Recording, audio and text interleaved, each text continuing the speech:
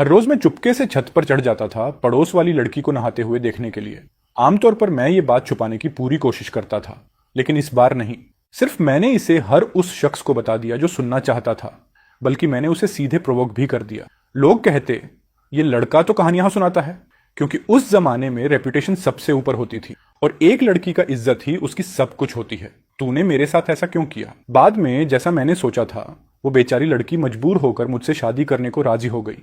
लेकिन जो मैंने नहीं सोचा था वो ये कि शादी की रात वो अपने वाइन के ग्लास की जगह पेस्टिसाइड पी लेगी। और जब मैंने उसका बॉडी देखा तो तुरंत समझ गया कि मैंने कितनी बड़ी गलती कर दी। मैं इस पछतावे के साथ अपनी मौत तक जीता रहा। लेकिन जब मैंने आंखें खोली तो मैं वापस उसी पल में लौट आया था जब मैंने उस लड़की को शावर में देखा था। छोटे मॉन्स्टर, मैं तुझे फिर कभी नहीं देखना चाहता। भाग जा। कभी भी मेरे घर की दहलीज को गंदा करने मत आना। तो मुझे दूसरी चांस मिल गई। मैं वापस उसी मोमेंट पर आ गया था जब मैंने वो गलती की थी। लकीली अभी बहुत लेट नहीं हुआ है। अपने पिछले जीवन में जो गलती मैंने उस लड़की इनक्विंगन के साथ की वो मैं दोबारा नहीं करूंगा। लेकिन अगर मैं अभी जाकर एक्सप्लेन करने की कोशिश करूं तो कोई मुझे बिलीव नहीं करेगा। मुझे अपने एक्शन से प्रूव करना होगा। लेकिन अभी सबसे जरूरी काम है अपना पेट भरना। लकीली पिछले जीवन में मैंने एक बूढ़े मछुआरे के साथ टाइम बिताया था। समुद्री चीजें ढूंढना मेरे लिए बहुत मुश्किल नहीं होना चाहिए। जल्दी ही मैंने एक अंडर वाटर केव ढूंढ ली। मेरी दाहिनी हैंड बिजली की स्पीड से अंदर घुसी और एक बड़ी येलो म्यूरेन बाहर निकली, सीटी बजाती हुई। बुरा नहीं। अच्छा, शुरुआत। डिटेक्शन। मरीन क्रीचर को सक्सेसफुली कैप्चर कर लिया। फिशिंग सिस्टम सक्सेसफुली एक्टिवेट हो गया। बेसिक फंक्शंस खुल गए। मुरेन कॉन्ट्रैक्ट पर है on oblique base 0। Sea spirit. Beginner mission complete करो और टारगेट मुरेन को यूज करो। Physical energy restore. Reward sea source 5। यही सिस्टम है। लेकिन मुझे दूसरी चांस मिली है। इसमें सिस्टम होना इतना स्ट्रेंज नहीं है। फिर मैंने मुरेन के सफेद खून वाले मांस का एक टुकड़ा काटा और मुंह में डाल लिया। ये सच में बहुत गंदा है। मुझे याद है कि आसपास एक एक्वाटिक प्रोडक्ट्स बाइंग सेंटर है। वो मछुआरों से समुद्री चीजें खरीदते हैं। बाकी मुरेन को अच्छे प्राइस पर बेचा जा सकता है। टाइगर मुरेन को सक्सेसफुली यूज किया। Basic survival guaranteed. Current sea source 7।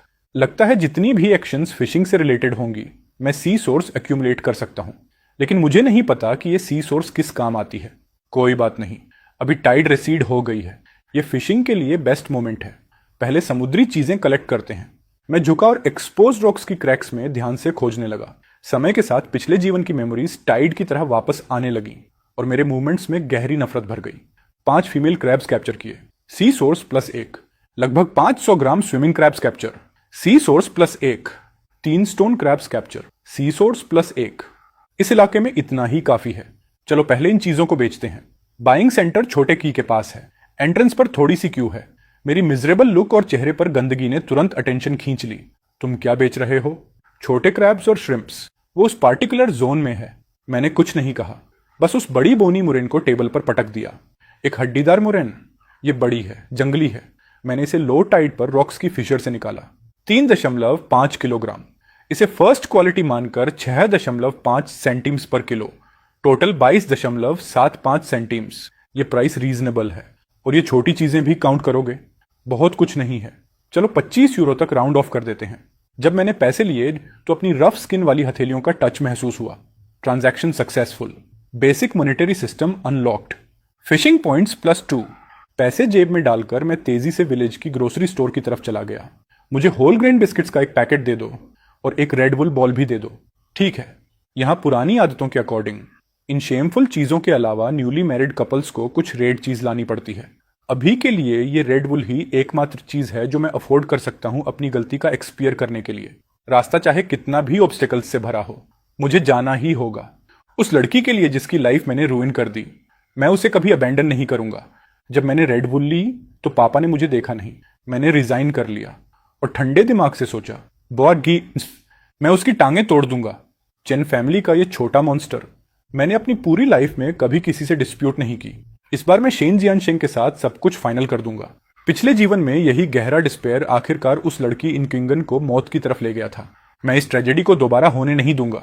मैंने हिम्मत जुटाई और लेबर परिवार के उस लकड़ी के दरवाजे पर नॉक किया। कौन है? चाचा, मैं हूं शेनिजू। छोटे मॉन्स्टर, तुम हिम्मत कैसे करके वापस आए? मैं तुम्हें मार डालूंगा। ये पैसे आप रख लीजिए, मुझे नहीं चाहिए। चाचा, आपको मेरे साथ इतना फॉर्मल होने की जरूरत नहीं है। उनमें से एक ने लकड़ी का दरवाजा खोल दिया। मैं पीछे नहीं हटा। बल्कि सीधा दरवाजे के सामने घुटनों के बल बैठ गया। मेरे इस मूव ने उस गुस्से से भरे आदमी को भी शॉक कर दिया। चाचा, गलती मेरी थी। मैंने इनकुंगान का अपमान किया। आप चाहें तो मुझे मार डालिए, मैं कभी भी पलटकर वार नहीं करूंगा, लेकिन प्लीज मेरी बात लास्ट तक सुन लीजिए। आज मैं आसमान की कसम खाता हूं, मेरा पुराना गंदा रूप समुद्र में मर चुका है। मैं आज यहां आया हूं आपसे और इनक्विंगन से एक चांस मांगने। यह सब मैंने आज कमाया है, गनई के पैसों से। मुझे पता है यह कुछ भी नहीं है, लेकिन आगे से मैं अपने हाथों पर भरोसा करूंगा ताकि इनक्विंगन एक अच्छी लाइफ जी सके। ये सड़ी हुई ऊन उठा और यहां से निकल जा। इनक्विंगन कभी भी तुम्हारे जैसे जानवर से शादी नहीं करेगी। उनमें से एक ने जोर से दरवाजा बंद कर दिया। मैं पूरे 15 मिनट तक बाहर घुटनों के बल बैठा रहा, जब तक अंदर से इनक्विंगन की दबे हुए रोने की आवाज धीरे धीरे कमजोर नहीं हो गई। लगता है आज मैं किसी तरह बच गया। मैं चुपचाप उठा और धीरे से वो लाल ऊन दहलीज पर रख दी। वहां से जाने के बाद मैंने एक मचटे खरीदी, एक छोटा नायलॉन रोप का रोल और थोड़ा मोटा नमक भी। फिर मैंने जाल, फिश ट्रैप्स बनाए और उन्हें डीप वाटर एरिया में सेट कर दिया। 2 स्ट्रॉन्ग ट्रैप्स सक्सेसफुली क्रिएट और प्लेस कर दिए गए। Ganai value +5, current Ganai value 15, detection दूसरी गनाई वैल्यू भी 15 पॉइंट्स तक पहुंच गई है। गनाई की आई अनलॉक हो गई। अब ये 10 मीटर के अंदर स्पेशल लाइफ रिएक्शंस या हाई वैल्यू मरीन टारगेट्स को डिटेक्ट कर सकती है। अगले ही पल मेरी आंखों में हल्की सी ठंडक दौड़ गई। मैंने इंस्टिंक्टिवली पास की गीली चट्टान की दरार की तरफ देखा। वहां एक डार्क रेड सी अनेमोनी चिपकी हुई थी। इस एबिलिटी के साथ फ्यूचर में सी फूड हंटिंग और ज्यादा एफिशिएंट हो जाएगी। ट्रैप्स को काम करने में टाइम लगेगा। अभी घर जाकर रेस्ट करने का समय है, कल सुबह फिर से चेक करेंगे। मैं अपना थका हुआ शरीर घसीटते हुए उस घर की तरफ चला जिसे मैं याद करता था। लेकिन जैसे ही मैंने घर का लकड़ी का दरवाजा खोला, कौन है ये छोटा हरामी? तुम वापस आने की हिम्मत कैसे कर रहे हो? पापा रुकिए, मेरी गलती थी। मुझे पता है मुझसे गलती हुई। सच में पता है? गलती? तुम्हें पता भी है तुमने क्या किया है। तुमने चेन फैमिली की इज्जत मिट्टी में मिला दी। इनक्विंगन जैसी अच्छी लड़की के साथ अब मैं अपने दोस्त का सामना कैसे करूं? आह, मेरी गलती थी। मैं बुरी सोच में अंधा हो गया था। मैं इनक्विंगन को नहाते हुए देखने चला गया। पापा, एक बार फिर मुझ पर भरोसा कर लीजिए। जो गंदा इंसान मैं पहले था वो सच में समुद्र में मर चुका है। मैं कसम खाता हूं, अब से मैं एक इंसान की तरह इज्जत से जीऊंगा। जो पाप मैंने किए हैं मैं उन्हें खुद ठीक करूंगा। पापा मेरी आंखों में घूरते रहे।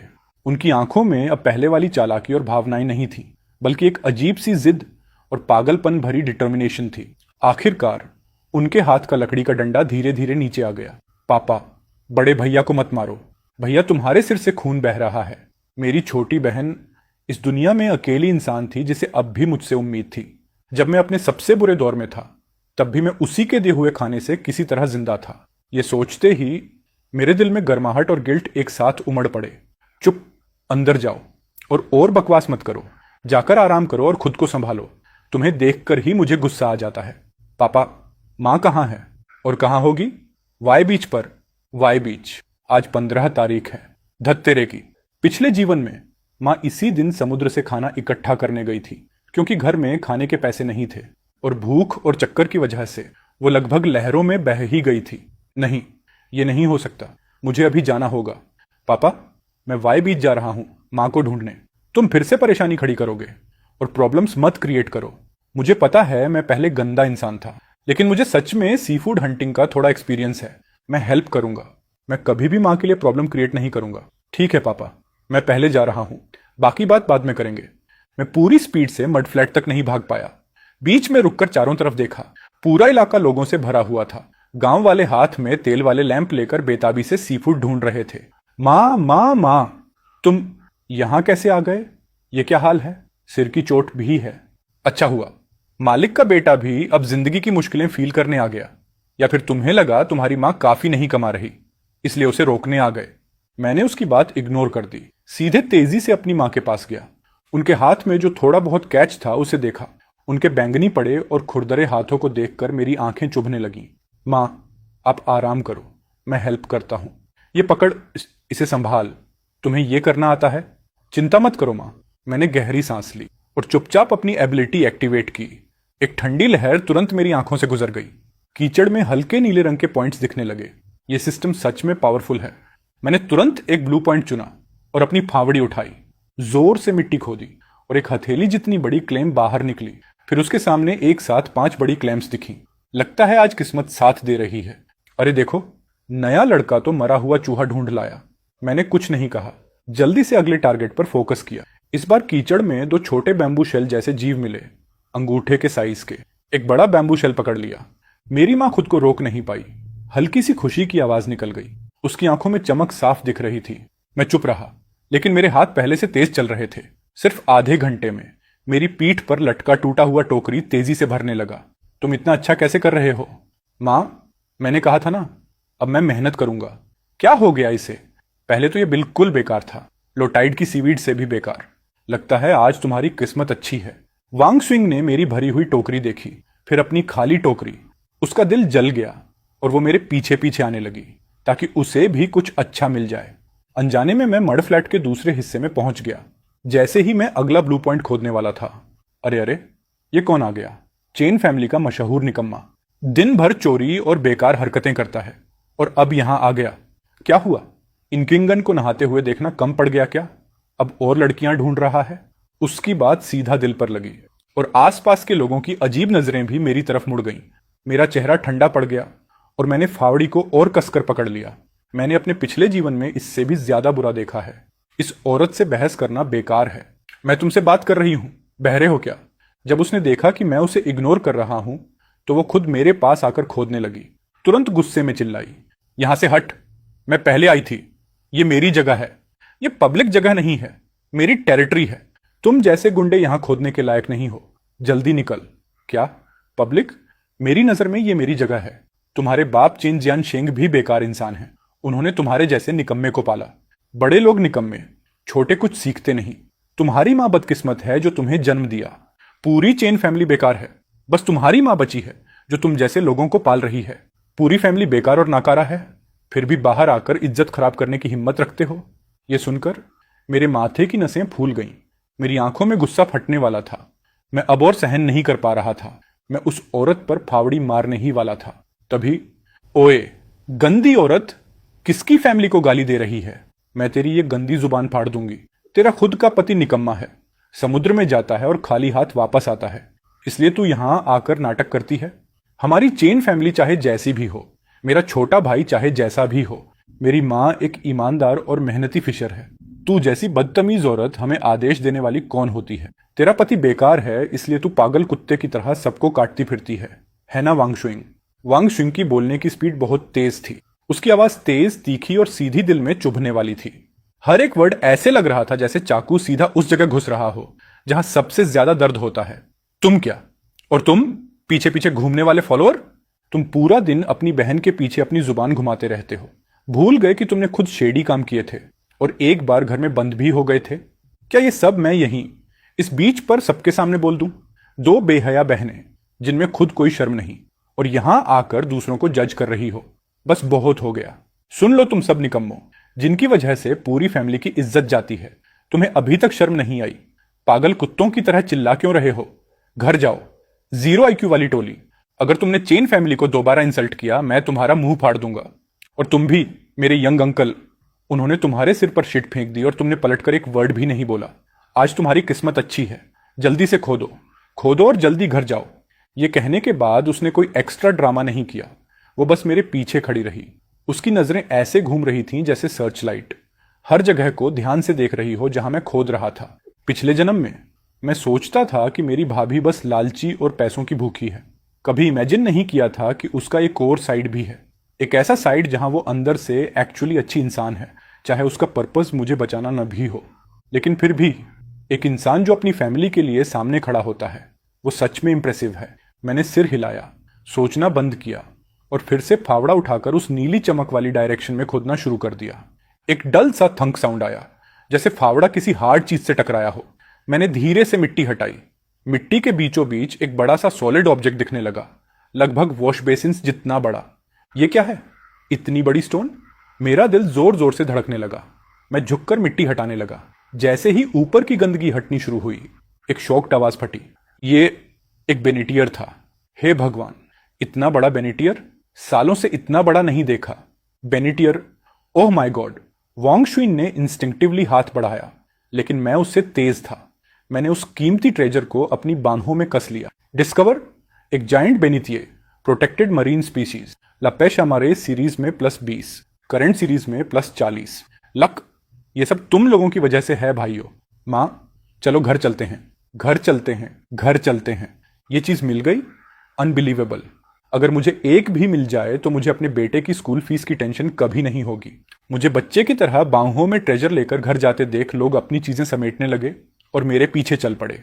जैसे ही मैंने वो भारी बेनियर कोर्टयार्ड में रखा, पूरा आंगन एकदम से चुप हो गया। ये वही बेनीटर है? ये सच में बेनीटर है, लेजेंडरी वाला।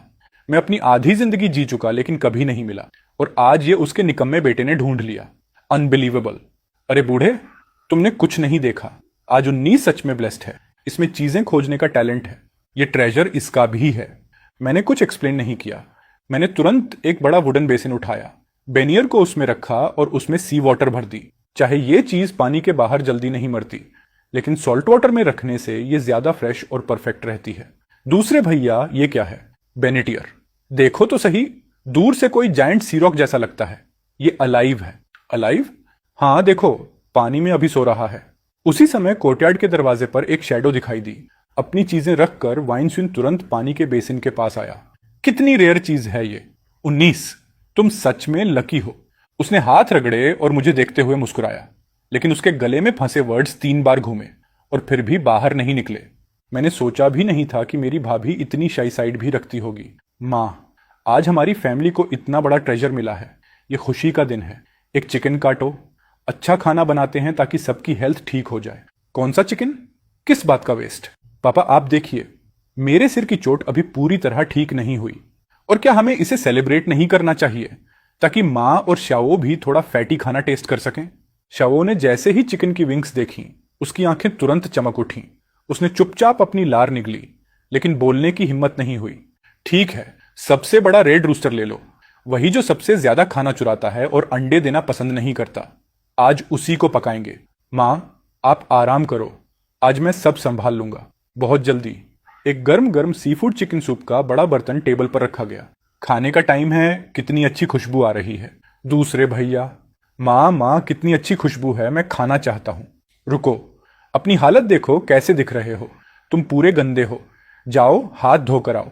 अगर ठीक से हाथ नहीं धोए तो तुम्हें कुछ भी खाने को नहीं मिलेगा। सुइन, तुमने पूरी शाम मेहनत की है, आओ हमारे साथ थोड़ा खाओ। ठीक है, धन्यवाद माँ। चैन यांचंप भी खुशबू से अट्रैक्ट होकर वापस आया और उसने सूप की एक बड़ी घूंट ली। अच्छा है, बहुत अच्छा है। चाचा की कुकिंग माँ से 100 गुना बेहतर है। क्या इतना बड़ा चढ़ाकर बोलना जरूरी है?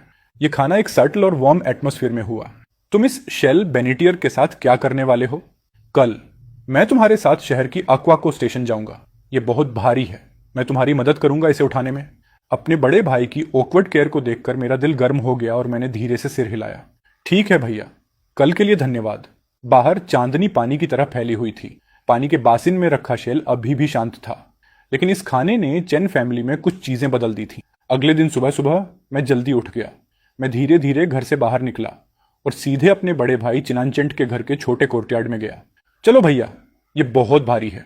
दोंगचा शहर तक 6 या 7 ली डिस्टेंस है। अगर ये धूप में सूख गया तो इसकी वैल्यू कम हो जाएगी। मैं शेंगोजी को बुलाकर लाता हूँ।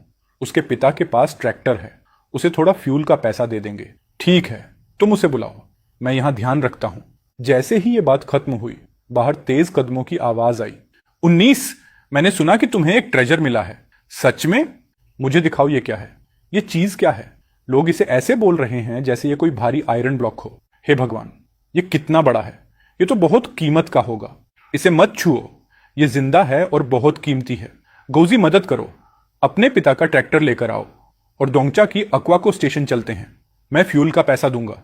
हम भाई हैं, फ्यूल की बात मत करो। थोड़ी देर बाद कोर्टयार्ड के बाहर डीजल इंजन की फेमिलियर आवाज सुनाई दी। तीनों ने मिलकर शेल को व्हीकल पर रखा और अक्वाको स्टेशन की तरफ निकल पड़े।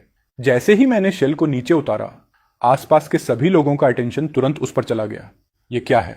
इतना बड़ा शेल? नहीं, ये एक जायंट शेल है। हे भगवान, ये कितना बड़ा है।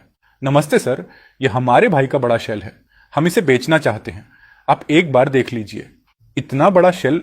असली बात इसकी आउटर शेल है।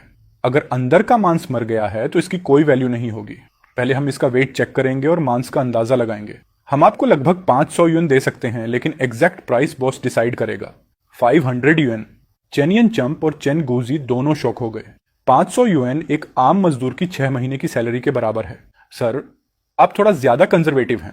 मैं 550 कहता हूं। ठीक है, 600। यंग मैन, इसे मुझे बेच दो। शांत रहिए, बिजनेस रूल्स के हिसाब से होना चाहिए। 650। साहब, थोड़ा रास्ता दीजिए। यंग मैन, ये शेल तुमने पाया? कब मिला? कल रात लो टाइड पर रॉकस के नीचे से निकाला। ये अभी भी जिंदा है। हमने इसे पूरे टाइम पानी में रखा और आज सुबह यहां लाए हैं। मैनेजर झुका, उसने शेल को ध्यान से छुआ और हल्के से नॉक करके सुना। फ्रेशनेस अच्छी है, क्वालिटी भी एक्सलेंट है। सुनो यंग मैन, मैं तुम्हें 850 युआन देता हूं। डोंगचा में इससे ज्यादा कोई नहीं देगा। चेन्युन और चेन गुजी की सांसें तेज हो गईं, लेकिन मैं शेल को ही देखता रहा। शेल अभी तक खुला नहीं था।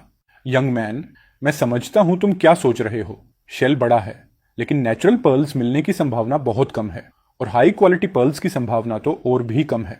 इस इमेजिनरी चांस के लिए तुम 850 यूएन खो सकते हो। क्या यह वर्थ है? मैं 30 युआन और जोड़ता हूं। 880 युआन, ये मेरा फाइनल प्राइस है। सोच लो। 19, इसे बेच दो। 880 युआन काफी है। इससे एक बड़ा ब्रिक हाउस बन सकता है। ये पर्ल सिर्फ पॉसिबिलिटी है। हाँ, 880। हे भगवान, ये मौका दोबारा नहीं मिलेगा। ठीक है, 880 में बेच दिया। भाई साहब, पैसे और सामान की अदला बदली। पैसे ध्यान से गिन लेना। मैंने सबके सामने पैसे ध्यान से गिन लिए। ट्रांजैक्शन पूरी होते ही उस मैनेजर ने मुझे एक बिजनेस कार्ड पकड़ाया। पहली नजर में ही दिखता है कि तुम टैलेंटेड इंसान हो। अगर तुम्हें आगे भी ऐसे रेयर सी फूड मिले तो सीधे मुझे कांटेक्ट करना। प्राइस बिल्कुल फेयर रहेगा। मैनेजर काम, बहुत बहुत धन्यवाद। मैं सबसे पहले आपको ही याद करूंगा। भाई गोजी, जल्दी करो। पैसे समेटकर मैंने दोनों को तुरंत निकलने को कहा। दोनों चुपचाप अपनी चीजें समेटकर ट्रैक्टर में बैठ गए और तेजी से निकल पड़े। ट्रैक्टर मुश्किल से 10 मीटर गया होगा कि 3-4 लड़के फूलों वाली शर्ट पहनकर खिसकते हुए पास आ गए। भाग भी बहुत जल्दी गया, कड़ाही से निकला हुआ बत्तख। ट्रैक्टर कौन चला रहा था? वो शेंगूजी ही था ना? हाँ, मंदिर से तो भाग सकता है, लेकिन पगोड़े से नहीं छुप सकता। मेरे तो पसीने छूट गए।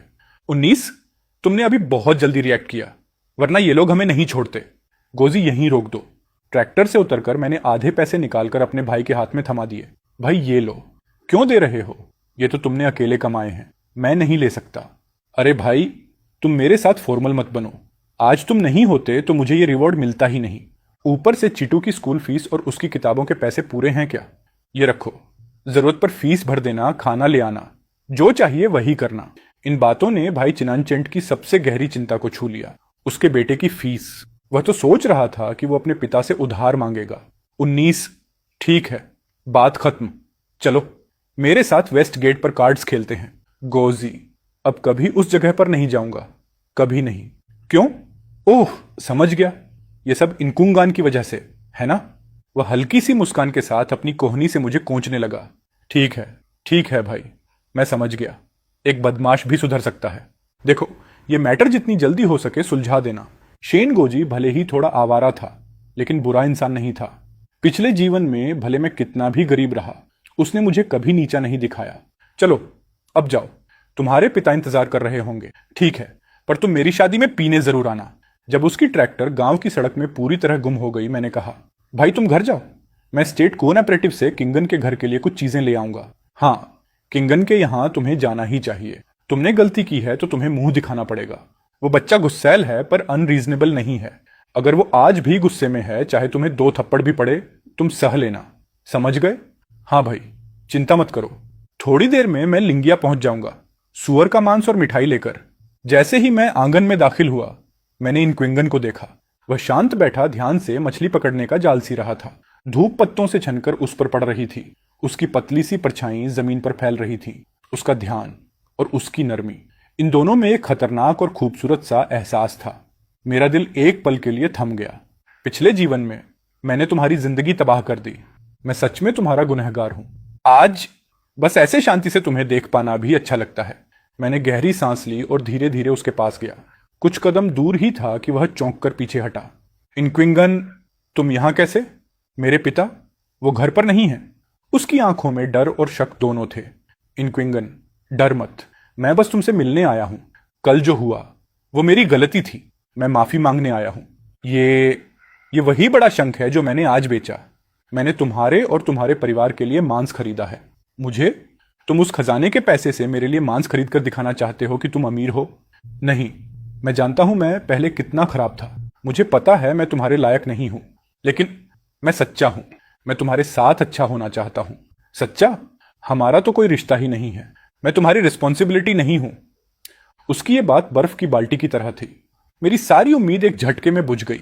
हवा भारी हो गई, माहौल एकदम ऑकवर्ड और शांत। तभी धड़ाम, आंगन का दरवाजा किसी ने जोर की लात मारकर खोल दिया।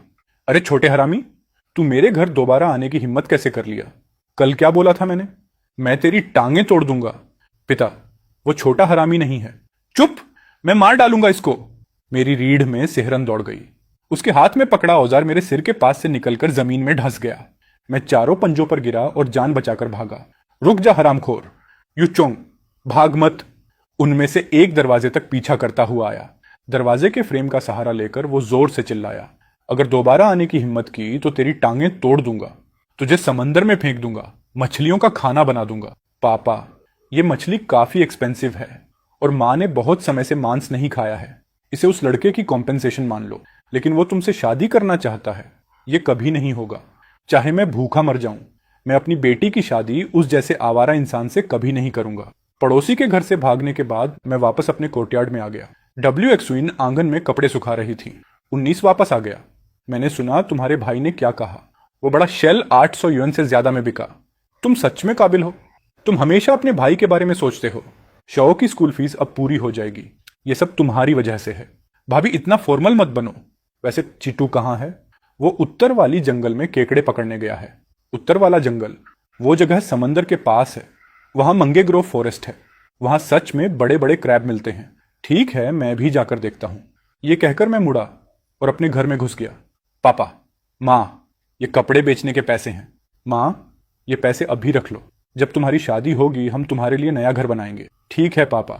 माँ, मैं उत्तर वाले जंगल जा रहा हूं चीतों को देखने, और साथ में क्रैब भी पकड़ लाऊंगा। शाओ, चलो अपने दूसरे भाई के साथ केकड़े पकड़ने चलते हैं। जल्दी ही मुझे शितो जंगल के किनारे मिल गया। वो छोटा सा लड़का पानी के गड्ढे के पास लेटा हुआ था। पेड़ की जड़ के नीचे वाले होल में हाथ डालने की कोशिश कर रहा था। उसका चेहरा पूरी मेहनत से लाल हो गया था। चिटू, दूसरे चाचा, आप यहाँ क्या कर रहे हो? यहाँ के क्रैब बहुत चालाक होते हैं, पकड़ना मुश्किल है। मैंने कॉन्फिडेंस के साथ मुस्कुराया। मैंने क्वाइटली अपनी समुद्री आंख सी आई एक्टिवेट कर दी। नीले हल्के हल्के पॉइंट्स दिखने लगे। मैंने तुरंत एक ग्लोइंग पॉइंट लॉक कर लिया।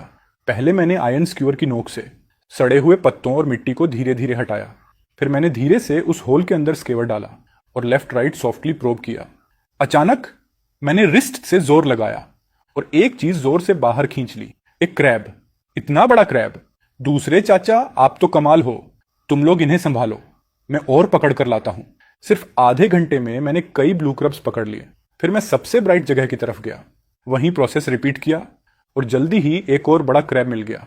इस बार जो बाहर आया वो पहले वाले सभी क्रैब से काफी बड़ा था। जैसे ही वो बाहर निकला उसने अपने बड़े बड़े पंजे उठाए और अटैक करने की कोशिश की। मैंने सही टाइमिंग पर उसके क्लॉ के सिर को दबाया और तुरंत उसकी शेल पर कंट्रोल कर लिया। फिर मैंने अपनी तैयार की हुई रस्सी निकाली और उसके दोनों बड़े पंजों को अलग अलग बांध दिया। वाह, इतना बड़ा क्रैब! दूसरे भाई, तुम तो कमाल हो। दूसरे चाचा, आपको कैसे पता चलता है कि यहां क्रैब है और वो इतना बड़ा है? ज्यादा ऑब्जर्व करो और सोचो। चलो अब इन्हें बेचने चलते हैं। Blue crab successfully capture, sea hunting family +1। Blue crab king successfully capture, sea hunting family +5। Current sea hunting value 62। कुछ ही देर में हम एक्वाटिक प्रोडक्ट्स बाइंग स्टेशन पहुंच गए। ये लड़का फिर आ गया।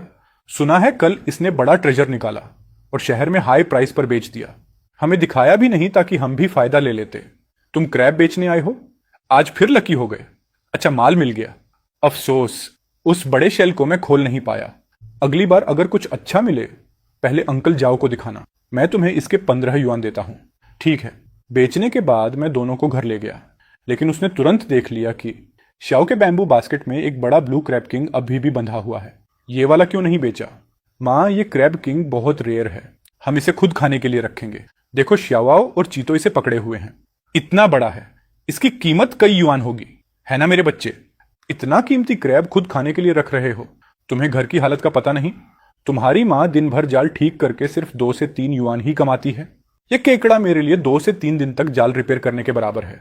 मैंने मन में सोचा, माँ अगर तुम्हें पता होता कि फ्यूचर में इतना बड़ा वाइल्ड ब्लू क्रैब हजारों यूएन का बिकेगा तो तुम इसे कभी खाने नहीं देती। खाओ खाओ, तुम्हें बस खाना ही आता है, पैसे पेड़ों पर नहीं उगते, बेवकूफ लड़के। शेन श्याओ काओ ने जैसे ही सुना कि दोपहर में बड़ा क्रैब मिलेगा, उसकी आंखें तुरंत चमक उठीं। ऐसा लग रहा था जैसे जब से उसका दूसरा भाई छुपकर इनकुंगान को नहाते हुए देखने गया था तब से घर में मीट आना शुरू हो गया है। उसके मन में तो यह भी आया कि अगर उसका दूसरा भाई फिर से एक बार छुपकर देखाए तो रोज मीट मिल सकता है। रात को जल्दी सो जाना। पापा, क्या हुआ? कल हम समुद्र जाएंगे, अगर जल्दी नहीं सोए तो सुबह उठ नहीं पाओगे। ये सुनते ही मेरा दिल हल्का सा उछल गया। मैं बस ये चेक करना चाहता था कि ये समुद्री आंख सी आई कितनी पावरफुल है और कितना काम करती है। सबके खाना खत्म करने के बाद सब लोग आराम करने लगे। अगले दिन सुबह होने से पहले ही बाहर से झांग गिक्सिंग की आवाज आई, उठो, खाओ पियो, जल्दी उठो, तुम्हारे पापा और भाई रेडी हैं, जल्दी करो। तुम्हारे पापा ने कहा है, ज्वार टाइड, किसी का इंतजार नहीं करता।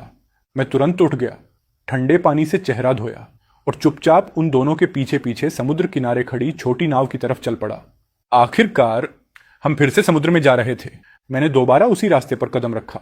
सब कुछ वैसा ही फेमिलियर था, लेकिन इस बार मेरी पिछली जिंदगी से अलग।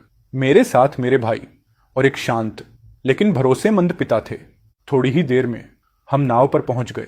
पापा शांति से रस्सियां और एंकर चेक कर रहे थे। अरे चेन, छोटा चीजू भी आ गया। सुना है इन दिनों तुम्हारी किस्मत बहुत तेज चल रही है, बड़े शेल्स और बड़े क्रब्स पकड़ रहा है, अपने बाप से भी आगे निकल गया लगता है। नमस्ते चाचा। किस्मत है लेकिन स्किल भी है। लगता है तुम पहले से ज्यादा एनर्जेटिक हो गए हो। अपने बाप से सीखो, समुद्र उन्हीं को खिलाता है जो केपेबल होते हैं। मैंने कुछ नहीं कहा, बस जल्दी से हार्पून और बैम्बू ट्रैप अरेंज करने लगा। फिर मैंने ठंडे समुद्री पानी को छुआ। वो फैमिलियर फीलिंग मेरे अंदर दौड़ गई। एलियोन, एंकर उठाओ। चीजू, अच्छे से पकड़कर बैठो। डीजल इंजन जोर से गरजने लगा। छोटी मोटर बोट धीरे धीरे जेट्टी से दूर जाने लगी। मैंने क्वाइटली अपनी समुद्री आंख एक्टिवेट कर दी। मेरे सामने की दुनिया हल्की सी धुंध में ढक गई। मैं क्लियरली देख तो सकता था, लेकिन दूर तक नहीं। समुद्र बहुत बड़ा है और ये 10 मीटर की विजन लगभग अंधे जैसा ही है। मैं नाव के किनारे झुककर पानी को ध्यान से देखने लगा। छोटे छोटे मछलियों को देख रहा था। उम्मीद थी कि उनके पीछे बड़े फिशेस की मूवमेंट मिले। ये लड़का पहली बार समुद्र में आया है। इतना डर गया कि किनारे पर लेट गया है। मरना चाहता है क्या? क्या देख रहा है? सीधा बैठ, वरना समुद्र में गिर जाएगा। लेकिन मेरा पूरा ध्यान पानी में था। मैंने कुछ नहीं सुना। तभी मेरे पास खड़े चेनू चैंप को कुछ अजीब लगा। उसने हल्के से मेरे कंधे को धक्का दिया। चीजू। मैं अचानक चौंक गया और बैलेंस बिगड़ गया और सीधे ठंडे पानी में गिर पड़ा। चीजू, बोट रोक। शेनचेंट बिना 1 सेकंड सोचे पानी में कूद गया और तुरंत मेरा हाथ पकड़ लिया। शेन डोंग शेंग भी नाव के किनारे झुक गया और हाथ बढ़ाया। दोनों ने मिलकर मुझे ऊपर खींच लिया। मैं खांसते हुए पानी बाहर निकाल रहा था। बेकार लड़के, तू कुछ काम का नहीं है। नाव के किनारे झुककर मरना चाहता है क्या? पापा की डांट सुनकर इस बार मैंने अनएक्सपेक्टेड रिएक्शन दिया। मैंने अचानक सिर उठाया। मेरी आंखें चमक रही थीं। पापा, भैया, एक बहुत बड़ा तजर फिश का झुंड है। मैंने अभी पानी में देखा। हमारी नाव से कुछ दूरी पर है। तुमने सही देखा? क्या उनका शरीर लंबा और छपटा होता है जैसे ब्लेड, और ऊपर नीला काला ऑयली लेयर, और बहुत फास्ट तैरते हैं? हाँ, बिल्कुल वही। नीला काला, बहुत तेज, और छोटे सिल्वर फिशेस का पीछा कर रहे थे। जब मैं गिरा तब मैं उनके बहुत पास था। साफ देखा मैंने। ठीक है, हम तुम पर भरोसा करते हैं। ये बोलते ही पापा ने डीजल इंजन को जोर से स्टार्ट किया। एक्सेलरेटर पूरा दबा दिया। छोटी नाव पागलों की तरह स्पीड पकड़कर उसी दिशा में दौड़ पड़ी जहां मैंने बताया था। हम अमीर हो गए। ये तजर फिश का पूरा झुंड है। तू कमाल है लड़के। जल्दी जाल फेंक, जल्दी जाल फेंको। चेनुचम भी तुरंत रिएक्ट कर गया। वो नाव के आगे भागा और मैं भी जल्दी जल्दी रस्सियां सुलझाने लगा, पूरी ताकत लगाकर। क्या किस्मत मिली है यार। पानी में गिरते ही सीधा ताजार मछलियों का पूरा झुंड ऊपर आ गया। लेकिन उसी पल पानी की सतह के नीचे से एक नीला काला साया जोर से उछलकर बाहर आया। फिर जैसे किसी ने गर्म तेल में ठंडा पानी डाल दिया हो, पूरी समुद्र की सतह एकदम फट गई। अनगिनत ताजार मछलियां जोरों से पानी के बाहर कूद पड़ी। हम तो अमीर हो गए, सच में अमीर। जल्दी यूएन जाल फेंको। चेन्युएन को तो शौक होने का भी टाइम नहीं मिला। फटाफट भागते हुए लियू ने पूरी ताकत से मछली वाला जाल फेंक दिया। मदद करो जाल खींचने में। बाप, बेटा और एक और आदमी, तीनों ने एक साथ नारे लगाते हुए जाल ऊपर खींचना शुरू किया। बड़ी मुश्किल से जाल पानी से बाहर निकाला और जाल की सारी खानों में ताजार मछलियां पागलों की तरह फंसी हुई थीं। धूप में उनकी नीली काली चमक अजीब ठंडी चमक दे रही थी। उनकी पूंछ इतनी जोर से फड़फड़ा रही थी कि पानी की बूंदें चारों तरफ उड़ रही थीं। यह जाल कम से कम 100 किलो का होगा। ताजार की शानदार पकड़। समुद्री शिकार करने वाला परिवार। इस वक्त शिकार नंबर 67 चल रही है। जल्दी मछली निकालो और तेल वाली स्टोरेज में डालो। शेन जियान शेंग ने बड़े आराम से जाल से मछली निकाली और नाव की तेल वाली टंकी में फेंक दी। लेकिन पहली पकड़ अभी पूरी निकाली भी नहीं थी कि बूढ़ा बाप फिर बोलने लगा, जब तक मछलियों का झुंड टूटा नहीं है, फायदा उठाओ। दूसरा जाल फेंको, फिर तीसरा जाल, चौथा जाल। बाद में मुझे खुद याद नहीं रहा कि कितने जाल फेंके और कितनी मछलियां निकाली। बस इतना महसूस हो रहा था कि मेरे हाथ दुख रहे थे, उठ भी नहीं पा रहे थे और उंगलियां कई बार जाल और मछलियों के पंखों से कट चुकी थीं। बस अब नहीं हो रहा। लेकिन यह सब वर्थ था। यह सफर 15 दिन तक चलेगा। थकान तो है, पर यह मेरी रीबर्थ के बाद पहली पकड़ थी, इसीलिए वर्थ था। सिर्फ एक पछतावा है, समुद्री शिकार की CI अभी भी 67 पर ही रुकी है। लगता है कि पहली बार में मिलने वाले कॉपर लेवल समुद्री जीव दोबारा नहीं फंसते। अब ये लोग मुझे कम ज्वार वाली मछली पकड़ने के सीक्रेट टिप्स देंगे। कमाल है छोटे, तुमने इस बर्बाद समुद्र में सोने की खान ढूंढ ली क्या? सच में गिरना वर्थ था। तुम्हें पता है गोनियन देवी को प्रणाम कैसे करते हैं? वो पूजा बहुत सिंसियरली की जाती है गोनियन के सम्मान में। कैसे हिम्मत हुई झूठ गढ़ने की? अगर और बकवास की ना तो समुद्र में फेंक दूंगा, मछलियों का खाना बन जाएगा। मैं चुपचाप सर झुकाकर खड़ा हो गया। यहाँ और जगहों की तरह नहीं है। यहाँ लोग माओ को भी मानते हैं, पर समुद्र की असली देवी ग्वेनिन को सबसे ज्यादा मानते हैं, इसलिए उसके लिए डर और सम्मान दोनों है। पापा, हम IGU चट्टान टापू के पीछे की तरफ और चलें, शायद मौका मिल जाए। अभी समुद्री खाई में एक्सप्लोरेशन करने का टाइम नहीं हुआ। अगर आधे खाली लौटे लोग क्या बोलेंगे? थोड़ा और जाल फेंकते हैं, अगर कुछ नहीं मिला तो वापस चलेंगे। छोटी नाव फिर चल पड़ी। आधा घंटा बहते हुए हम IGU के पीछे पहुंच गए। मैंने इंस्टिंक्ट से समुद्री नजर एक्टिवेट कर दी। अरे बाप रे, सामने जायंट जंगली ग्रुपर मछलियां हैं। ये चीजें बहुत महंगी बिकती हैं। अफसोस, वहां वर्लपूल और अंडर वाटर करंट्स हैं, नाव पास नहीं जा सकती। उसी समय पास की एक छोटी लकड़ी की नाव धीरे धीरे हमारी तरफ आ रही थी। ओए बूढ़े घुटने, तुम्हारी स्टोरेज में कुछ है या नहीं? कुछ खास नहीं, बस कुछ ताजार के जाल फेंके थे। ठीक है, मैंने चिल्लाया, लेकिन मेरी नजर अपने ही स्टोरेज पर जाकर अटक गई और वो नजर हट ही नहीं रही। अरे बूढ़े, तुम्हारी स्टोरेज तो लगभग भर चुकी है, तू तो अमीर हो गया। क्या अमीर? अरे ये मछली कोई महंगी थोड़ी है, बस मात्रा ज्यादा है। मात्रा भी पैसा होती है। इस बार तो कई दिनों की कमाई एक साथ बन गई। कहां मिली ये? किस्मत ज्यादा है तुम्हारी। और तुम कुछ पकड़ा क्या? मत पूछो, कई जाल फेंके पर सिर्फ छोटी मोटी चीजें मिली। छोटी झींगा तक नहीं मिली कि तेल का पैसा निकल जाए। जगह अच्छी लगती है पर मछली खींचती नहीं। बूढ़े घुटने, ये मछलियां बिल्कुल कहां पकड़ी? प्लीज सीक्रेट बता दो। रास्ते में बस 3-4 लीग आगे मिल गई, सही मोमेंट पर। मछलियों का झुंड पानी में ऐसे भाग दौड़ कर रहा था जैसे उबलते पानी में कूदते हुए मोमो। आज सुबह मैं वहीं से आया हूं, फिर मुझे कुछ क्यों नहीं दिखा? थैंक यू बहुत बहुत बूढ़े घुटने।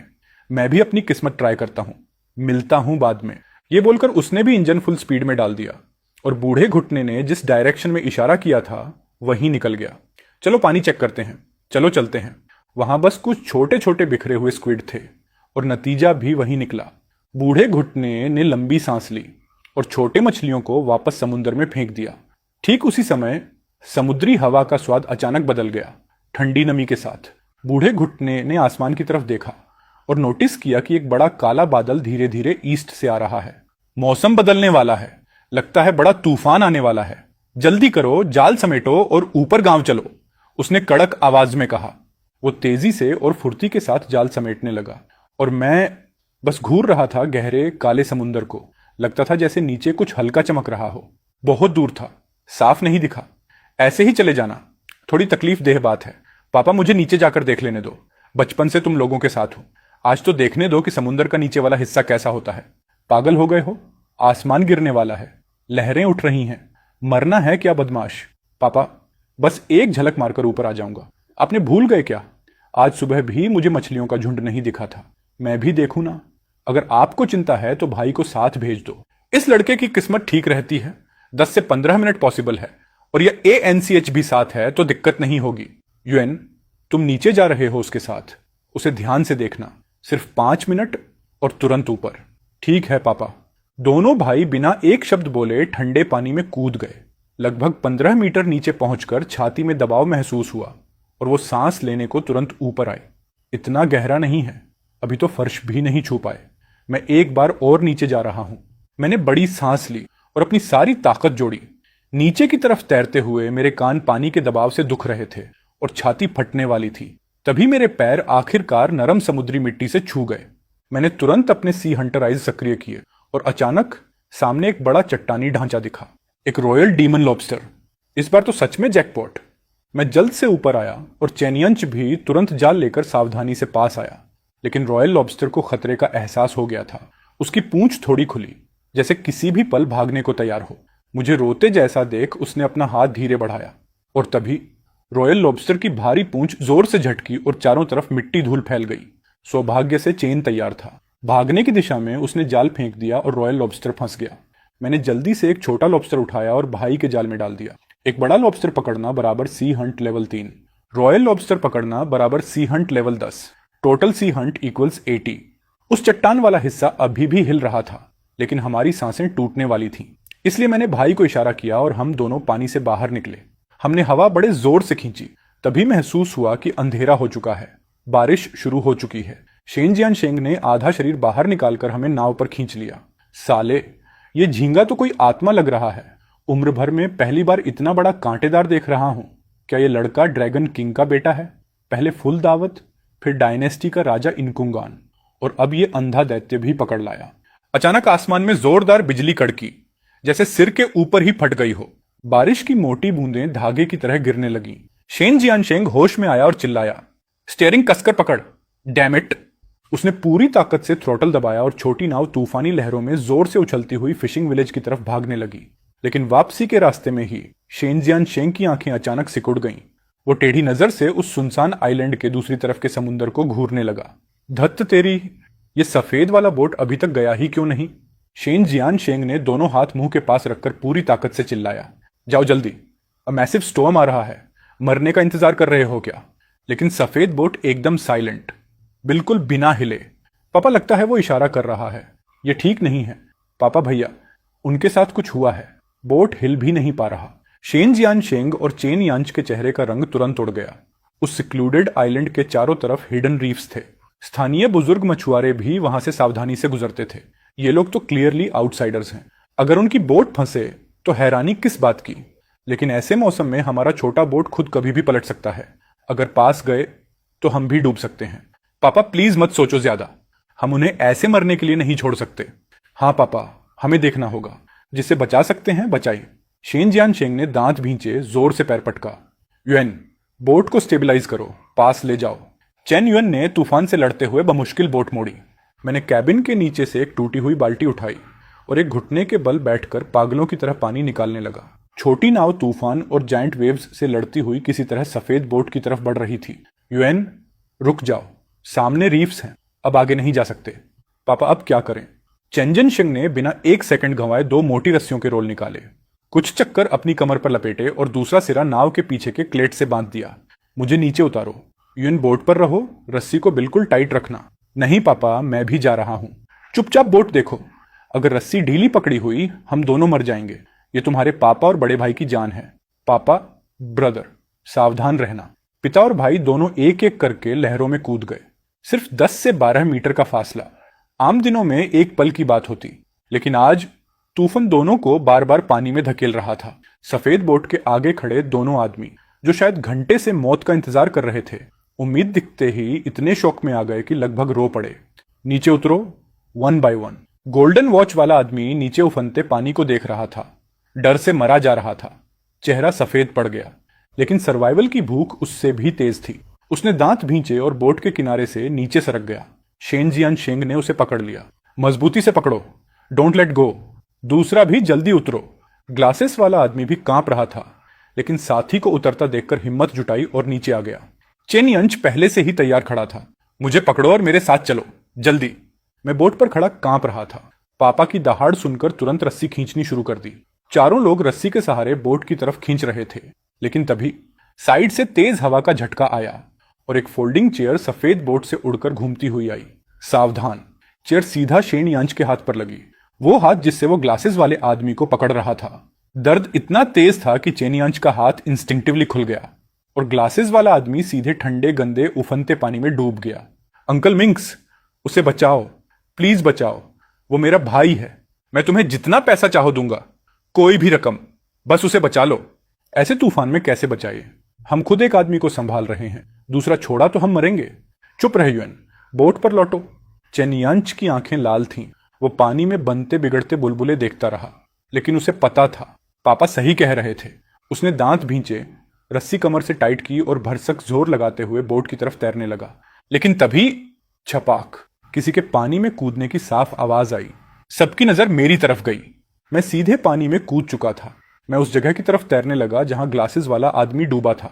नालायक, वापस आ, वापस आ। गोल्डन वॉच वाला आदमी भी हक्का बक्का रह गया था। उसे पकड़कर रखने वाला शेन जियानशेंग भीतर तक हिल गया था। गुस्से से उसके फेफड़े फटने वाले थे, लेकिन वो कुछ कर भी नहीं सकता था, क्योंकि जिस आदमी को वो खुद पकड़े था वो भी पानी में गिर सकता था। मैं नीचे जाते ही तुरंत हने आइज एक्टिवेट किए और लगभग 7 से 8 मीटर की गहराई की तरफ तेजी से उतर गया। चश्मा वाला आदमी पानी में तड़प रहा था और हाथ पैर मार रहा था। उसके मुंह से लगातार बुलबुले निकल रहे थे, तो मैं पीछे से उसके पास गया। मैंने अपने दोनों हाथ उसके बगल आर्मपिट्स के नीचे डाले और उसे अपनी छाती से कसकर पकड़ लिया, उसे पूरी ताकत से ऊपर खींचते हुए। जैसे ही मैं 2 से 3 मीटर ऊपर उठा, अचानक मेरी पीठ किसी चीज से टकरा गई। एक पल में मेरे पूरे शरीर के रोंगटे खड़े हो गए। साला, ये एक ओनर्क है। हालांकि कहा जाता है कि ऑर्क्स इंसानों पर रेयरली अटैक करती हैं, लेकिन वो बस एक रूमर है। अभी की सिचुएशन में अगर मैं इस क्रीचर के जाल में फंस गया तो कॉन्सिक्वेंसेस। लेकिन ये ऑर्क बस क्यूरियस लग रही थी। वो उनके चारों तरफ तैर रही थी, लेकिन मेरे रोंगटे खड़े हो गए, क्योंकि थोड़ी दूरी पर कई और उतनी ही बड़ी ओनर्क्स हमें हल्के से घेर रही थी। नहीं, अगर ऐसा ही चलता रहा तो चाहे ऑर्क्स हमें खाएं या ना खाएं, हम डूब ही जाएंगे। बस मैंने हिम्मत जुटाई और अपने दोनों पैरों से पूरी ताकत से तैरना शुरू किया। लेकिन जैसे ही मैं तेजी से ऊपर बढ़ा, अगली लहर ने जहाज को ढक लिया। मैंने जहाज के नीचे की तरफ देखा और वहां एक छोटा काला सफेद सा साया दिखा। असल में एक छोटा ऑर्क फिशिंग नेट में फंसा हुआ था और ये बड़ी ऑर्क्स मुझसे मदद मांग रही थी।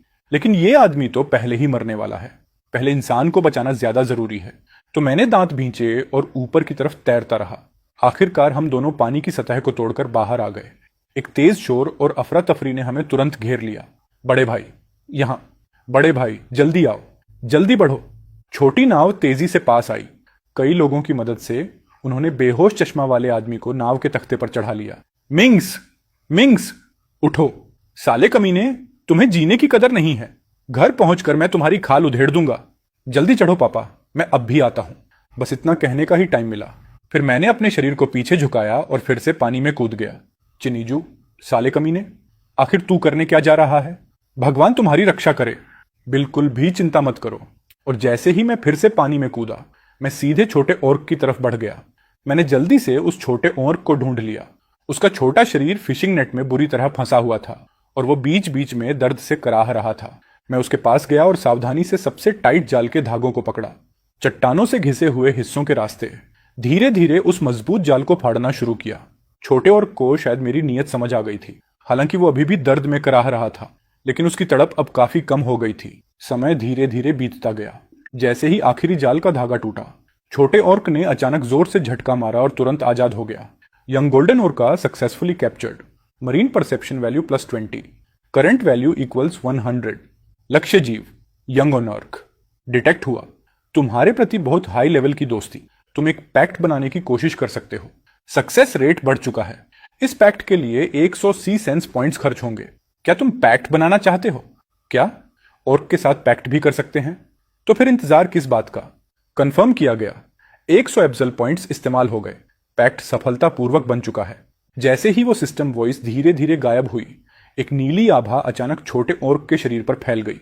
एक पल के लिए मुझे लगा जैसे मेरे और उसके बीच कोई हल्का सा कनेक्शन बन गया है। कॉन्ट्रैक्ट सफल हो गया। Baby orca has established a primary mental link with you. हो गया। मेरे दिल से एक बड़ा बोझ उतर गया। लेकिन तभी मेरी आंखों के सामने चिंगारियां सी उड़ने लगी। मेरी चेतना धीरे धीरे खत्म होने लगी। मुझे ऊपर जाना है, मुझे ऊपर जाना है। मैंने अपनी आखिरी ताकत लगाई। मेरे पैरों ने जोर से पानी को मारा और मैं पूरी ताकत से ऊपर की तरफ तैरने लगा। लेकिन पानी बहुत ज्यादा गंदा था। मेरा डायरेक्शन सेंस कब का खो चुका था। मुझे लग रहा था कि मैं सतह से और दूर जा रहा हूँ। चारों तरफ अंधेरा बढ़ता जा रहा था। मैं अभी अभी तो फिर से जन्म लिया था। मैं तो अभी अभी ठीक होना शुरू हुआ था और अब फिर से इस समुंदर की गहराई में डूबकर मरने वाला हूँ। यार, मैं शायद इस दुनिया का सबसे बदनसीब रिबॉर्न इंसान हूँ। जैसे जैसे मेरी होशियारी धुंधली होती जा रही थी, तभी अचानक एक जोरदार ताकत ने मेरे डूबते शरीर को कसकर पकड़ लिया। वो छोटा ORC था।